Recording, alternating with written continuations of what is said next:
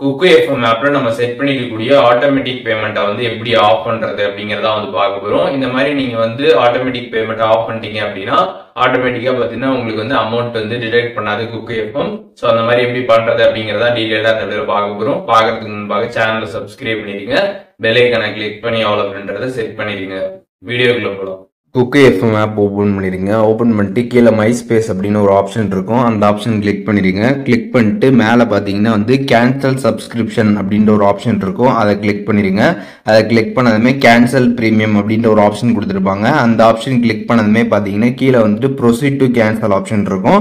அந்த ஆப்ஷனை கிளிக் பண்ணிடுங்க. அதை கிளிக் பண்ணிட்டு I don't want auto pay அப்படின்ற மாதிரி ஒரு ஆப்ஷன் பார்த்தீங்கன்னா ஃபர்ஸ்ட் கொடுத்துருப்பாங்க. அதை கிளிக் பண்ணிடுங்க. கிளிக் பண்ணிட்டு no thanks still want to cancel auto pay அப்படின்ற ஒரு ஆப்ஷன் பார்த்தீங்கன்னா கீழே வந்திருக்கும்.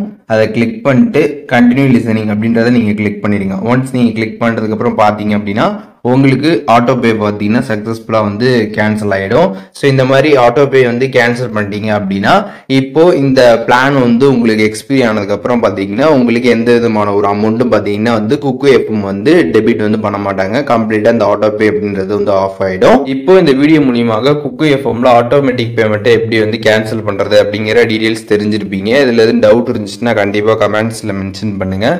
நான் எல்லாருக்குமே ரிப்ளை பண்ணுறேன்.